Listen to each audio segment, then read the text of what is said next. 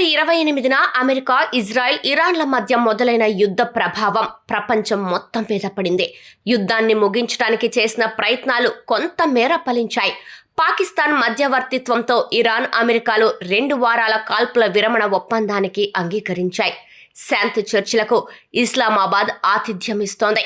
Iran, America చర్చల సందర్భంగా పాకిస్తాన్ ప్రభుత్వం ఇస్లామాబాద్లో 2 రోజుల పాటు లాక్డౌన్ ప్రకటించింది. ఇస్లామాబాద్లో 10,000 మందికి పైగా భద్రతా సిబ్బందిని మోహరించారు. ఇక అమెరికా తరఫున ఉపాధ్యక్షుడు జేడీ వాన్స్, ప్రత్యేక రాయబారి స్టీవ్ విట్కాఫ్, ట్రంప్ అల్లుడు జార్జెట్ కుష్నెర్లు పాల్గొంటున్నారు. అయితే ఇరాన్ ప్రతినిధి బృందం రాకపై సస్పెన్స్ కొనసాగుతుంది. లెబనాన్పై ఇజ్రాయెల్ దాడులు ఆపేదాకా తాము శాంతి చర్చలకు హాజరయ్యే ప్రసక్తే లేదని ఇరాన్ అంటోంది.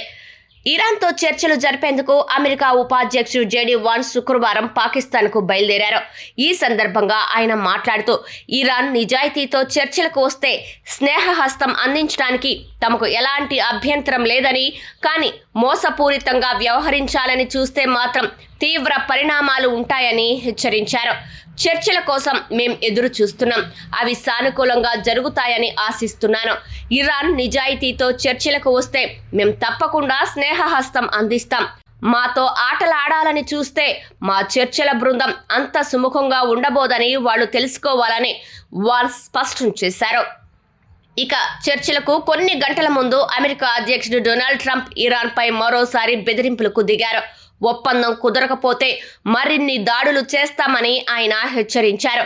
చర్చలు విఫలమైతే అమెరికా ఆయుధాలను చాలా సమర్థవంతంగా ఉపయోగిస్తుందని హెచ్చరించారు. మేం పునః ప్రారంభిస్తాం. నౌకల్లో అత్యుత్తమమైన మందుగుండు సామాగ్రిని, ఇప్పటి వరకు తయారు చేసిన అత్యుత్తమ ఆయుధాలను నింపుకున్నాం. గతంలో మేం ఉపయోగించిన వాటికంటే కూడా మెరుగైనవి. వాటితోనే మేం వాటిని పేల్చేస్తాం. ఒకవేళ మన మధ్య ఒప్పందం కుదరకపోతే మేము వాటిని ఉపయోగిస్తామని ట్రంప్ వ్యాఖ్యలు చేశారు. చర్చలు ప్రారంభం కావటానికి ముందు ఇరాన్ 2 ప్రధాన షరతులను ముందుకు తెచ్చింది. మొదటిది, లెబనాన్పై ఇజ్రాయెల్ దాడులు ఆపితేనే చర్చలు ముందుకు వెళ్లే అవకాశం ఉందని ఇరాన్ పార్లమెంట్ స్పీకర్ మహ్మద్ బాఘెర్ ఘలీబాఫ్ స్పష్టం చేశారు. రెండవది, ఇరాన్ నిరోధిత ఆస్తులను విడుదల చేయాలి. ఈ 2 షరతులను నెరవేర్చకుండా చర్చలు ప్రారంభం మొదలు కావని ఆయన స్పష్టం చేశారు. చూడాలి మరి, చర్చలు సఫలమై యుద్ధం ఆగుతుందా, విఫలమై కొనసాగుతుందా అనేది.